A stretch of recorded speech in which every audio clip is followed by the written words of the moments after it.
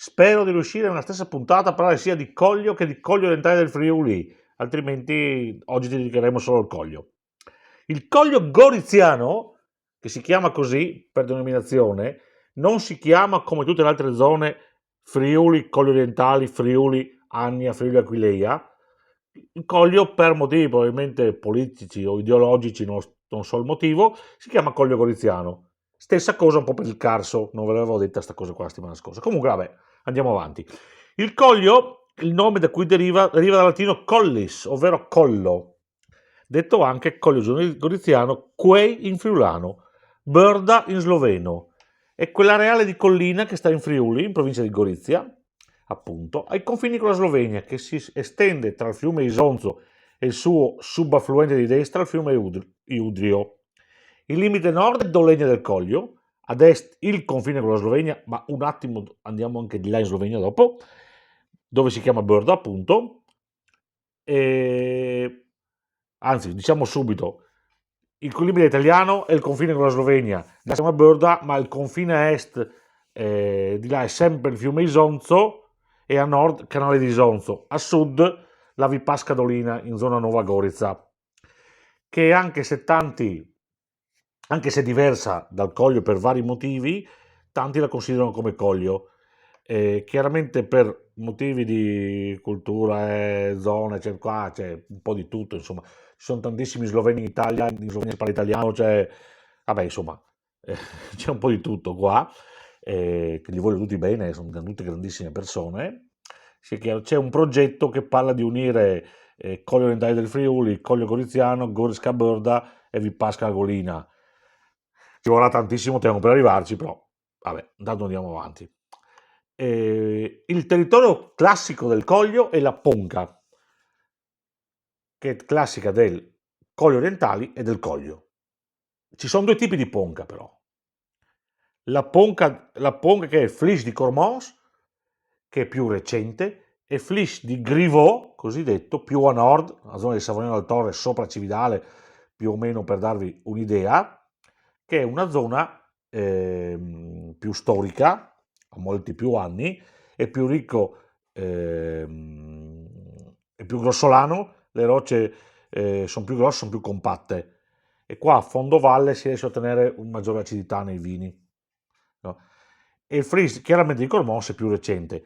Perché vi dico che la zona è uguale? Perché il territorio di Corno e Buttrio, che è nei colli orientali del Friuli, è molto simile al territorio che c'è a Cormons. Ecco, boh, insomma, quindi il flish è un'alternanza di strati di spessore variabili di marne, argille calcaree ed arenarie, che sono sabbie calcificate. A nord c'è più calcarinite, questa calcarinite è calcare, roccia calcare, che porta più acidità. No? Questa tipologia di suolo è alterabile in presenza di agenti atmosferici e si sgretola velocemente, si scaglia, se la prendete in mano è dura, compatta, però si scaglia e cambia colore passando dal giallastro al grigio azzurrognolo al grigio, insomma, fino a diventare argilla.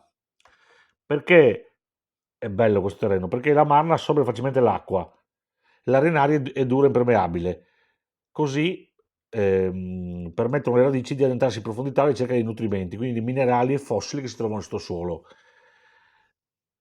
Questa chiaramente natura della roccia influenza la vite che viene piantata, in quanto affluiscono con l'assorbimento dell'acqua e dei minerali che sono nel terreno.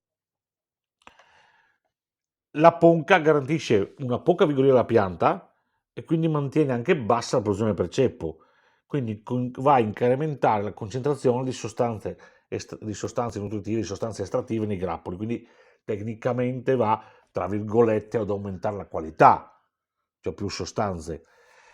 E chiaramente, come ho detto, varia da collina a collina la tipologia di ponca, però questo è bene o male quello che è il terreno. Il clima è particolare perché sono le montagne, le colline sono esposte al sole, sono forti escursioni termiche e la distanza vicina del mare Adriatico, che addirittura da alcune colline col cielo terzo si riesce a vedere il mare, la zona è adatta per la maturazione aromatica e per la preservazione della freschezza del varietale dell'uva, sia di vitini che siano autoctoni che non autoctoni, che alloctoni, come volete, insomma. La storia di questa zona, anche qua è secolare, e qua si va dai dogi della Repubblica di Venezia, poi gli zar di Russia e i sovrani dell'impero austro-ungarico, un territorio che, come ho detto l'altra volta, è un territorio influenzato da troppe guerre e troppi problemi politici, insomma. Nel 1964 è nato il consorzio Collio per valorizzare il territorio e dal 1968 è riconosciuta la DOC.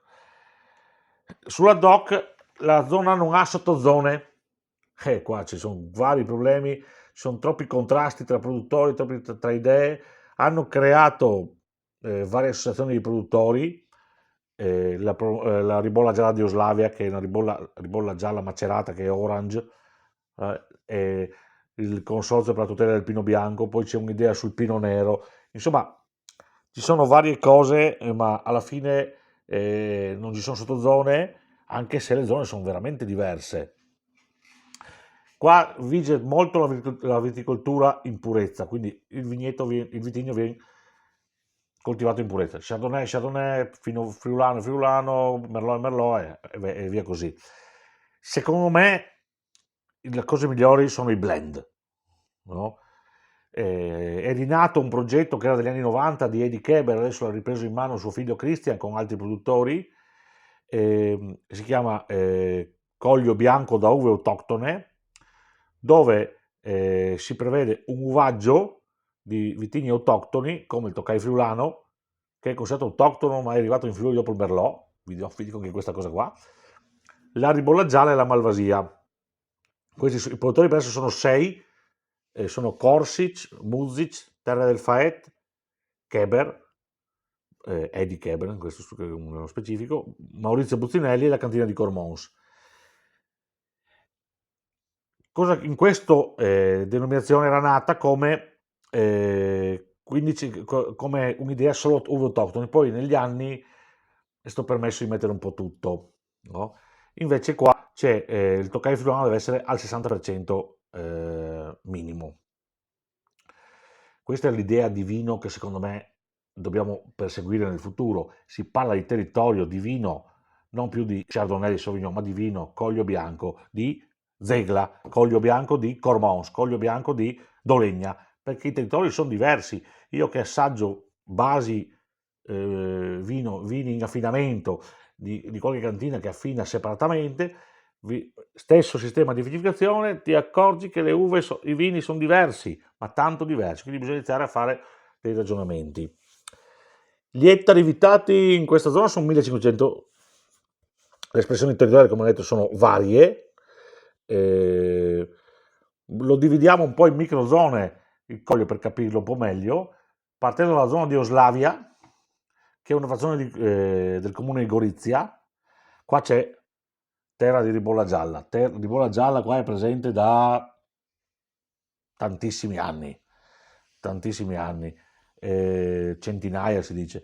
Una zona collina, anche se arriviamo a 200 metri, non pensate che si arrivi molto alti, una zona che è ideale per la maturazione della ribolla, e questa è una zona di orange wine. Qua nascono un po', rinascono grazie negli anni 90 Josko Gravner e il compianto Stanko Radikon hanno portato in auge questa maturazione sulle bucce, una pratica antica che veniva dalla Georgia. E poi, seguendo questo, tanti hanno seguito l'idea di Josko e di Stanko. L'idea era l'idea di Josko Gravner di andare alla sorgente del vino. Ecco. C'è da ricordare che la macerazione era un metodo di conservazione del vino una volta. Poi negli anni è andato perso, ma erano i metodi di conservazione del vino. Qua, come ho detto, ci sono i produttori, l'Associazione Produttori della Ribolla Gialla di Oslavia, che raggruppa ad oggi 7 produttori, e salendo da Gorizia, perché alla fine Oslavia è una stradina che sale da Gorizia e si collega a San Fernando del Coglio, e poi scende dall'altra parte a Cormons. Oppure da una parte a Cormons e dall'altra parte torna a Gorizia dall'altra parte, dove ci sono altri produttori molto interessanti anche loro che lavorano in macerazione. e la zona di San Floriano e poi ok. I produttori della ribolla, salendo in ordine, troviamo Dario Princic, La Castellada, Primožić, Figel, Gravner, Radico, per ultimo il Carpino, che fa parte dei produttori di Jugoslavia, anche se in realtà la cantina proprio è il comune di San Floriano. C'è un bellissimo percorso che vi porta nei vigneti, si chiama il percorso delle panchine arancioni, una per cantina, e vi consiglio di fare questo percorso che è molto molto interessante, vi porta a vedere questi posti che sono bellissimi. Allora siamo arrivati a nord, abbiamo San Floriano e poi qua già si inizia con un mix. Da San Floriano si scende giù, da una parte si va, come ho detto, verso Cormons, dove troviamo ancora qualche produttore che macera tipo Franco Terpin, dall'altra parte si torna verso Gorizia, dove troviamo produttori come Miklus, Mitia Miklus, Draga, l'azienda, i fratelli Parascos, Damian Podversis con i figli, la Tamara e il figlio, producono anche loro macerati, no? Però comunque già la macerazione è proprio pratica di Jugoslavia, diciamo, ecco. Quando andiamo a ovest di Gorizia troviamo Mossa, Lucinico, Farra e Capriva. Capriva del Friuli è considerata il cuore del Coglio. È una zona calda dove qua si è acclimatato bene il pino bianco, che è arrivato dalla Borgogna. Inizialmente è stato un errore. Inizialmente si pensava fosse Chardonnay, in realtà era pino bianco. Vabbè, succede, sono 60 di queste cose qua. Andiamo avanti. Nasce qui la sezione Pino Bianco del Coglio, che riunisce 7 produttori storici, ovvero Schioppetto, Rusti Superiore, Alessandro Pascolo, Livon, Venica Venica, Toros e Castello di Spezza. Il tutto è stato voluto dal compianto Roberto Felluga di Rusti Superiore. Ancora ad ovest, e iniziando però a salire, si va un po' verso le selve, troviamo Cormons. E qua ci sono le varie zone di Cormons, tutte tendenzialmente molto calde, tutte esposte praticamente al sole tutto il giorno. Abbiamo la zona di Pradis, dove i bianchi sono di corpo e struttura. La zona di Zegla, che è i confini con la Slovenia, dove era nato il progetto Zegla Crew, che c'erano 3 importanti produttori della zona, Renato Keber, Michele Blasic e Christian Keber, i quali hanno messo a punto un vero e proprio disciplinare, con regole precise e condivise, volte alla ricerca dell'espressione massima di cosa? Del Tokai friulano. 100% Tokai friulano, con 3 giorni di macerazione, affinamento in legno, per 2-3 anni, infine bottiglie a riposo in cantina per 5 anni. Questo è un progetto molto interessante, non se ne sente più parlare, non lo so che cosa stia succedendo, insomma. Qua accanto a Zegla abbiamo le zone di Novalia e Plessiva e poi Brazzano, tutte zone con caratteristiche diverse, soprattutto per le stratificazioni diverse di Ponca. Verso nord troviamo Dolegna del Coglio, il comune più fresco, dove ci sono, pensate, 2-3 gradi in meno rispetto a Cormons, e non sono pochi, e dove abbiamo le maggiori escursioni termiche. Le aziende in questa zona sono tantissime, i vigneti sono bellissimi, sono giardini di casa, tipo Ierman, Livon, Pascolo, Borgo del Tiglio, la Colina di Rutars, dove sui vini troviamo anche una bella mineralità e freschezza. Per chiudere la zona di Dolegna a nord abbiamo le zone di Lonzano e Scriò, dove c'è una zona più che altro boschive, che contribuiscono in maniera fondamentale alla biodiversità del Coglio. Secondo la mia visione, visto tutte queste variabili, il Coglio Goriziano dovrebbe puntare alla zonazione, puntare ai cru, puntare un po' come hanno fatto nei Colli Orientali del Friuli, con le sottozone, delle quali vi parlerò la prossima settimana. Intanto spero di avervi fatto divertire un po', aver raccontato qualcosa di interessante. Vi auguro buon weekend, bevete più vino del Coglio e cin cin a tutti. Ciao!